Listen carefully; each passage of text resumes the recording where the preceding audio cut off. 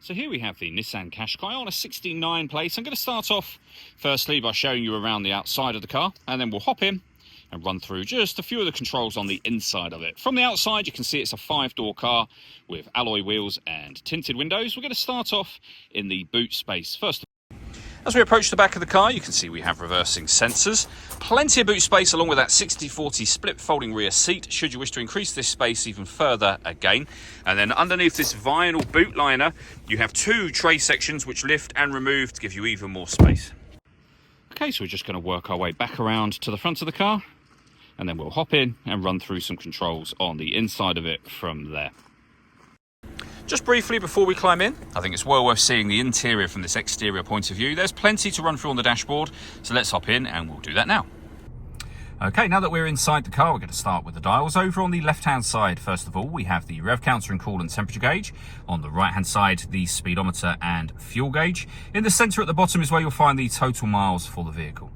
They are 47,895, as you can see.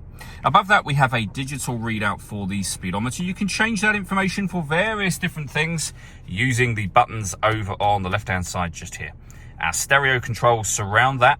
On the right-hand side, we have cruise control and speed limiter, as well as your phone controls. Your phone controls can only be used once you pair the phone up to the car, and that is done over on the touchscreen in the center just here. Over on the left-hand side from the main menu, you'll see phone as an option. Hit connections and then follow the instructions on screen from there. Under the info button, we've got various different things you can check, including traffic information. Next tab along is our audio. So if you hit source just up here, you'll see we've got AM, FM and DAB radio. We have a CD player, USB input, Bluetooth audio, so you can stream your music wirelessly once you've paired up your phone. We have auxiliary input, Apple CarPlay and Android Auto, all available to you as well. Back to the main menu, we have satellite navigation, really nice clear color display. It's a very easy system to use. And again, you can go back to your main menu at any time up there. You can, of course, use the buttons that will take you directly into some of these menus. If I pop the vehicle into reverse, you'll then see the 360 parking camera. So what we have is a reversing camera on the right-hand side and a bird's eye view image on that left-hand side.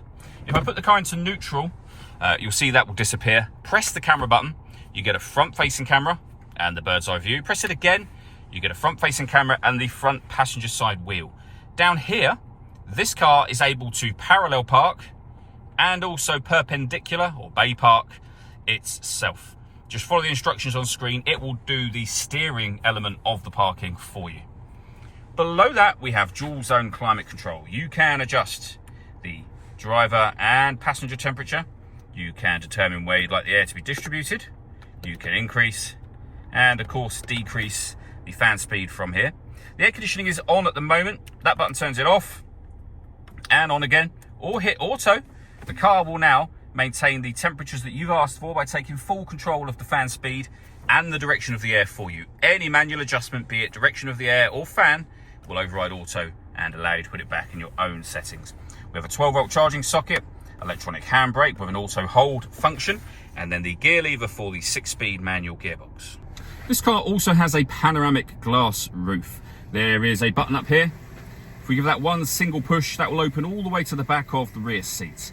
The glass itself is fixed in position, but as you can see, with that fully open, that lets in a huge amount of extra light to this cabin area. All that leaves me to say is thank you for taking the time to watch this video. If you'd like to come and see the car in person and have a test drive, please feel free to give us a call here at Surrey Specialist Cars. We'd love to hear from you soon.